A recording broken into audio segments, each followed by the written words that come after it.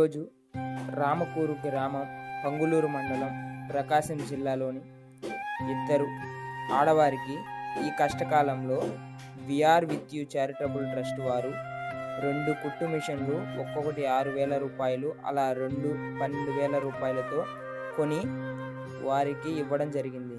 ఈ సహాయంకి సహకరించిన వారందరికీ మా ధన్యవాదములు.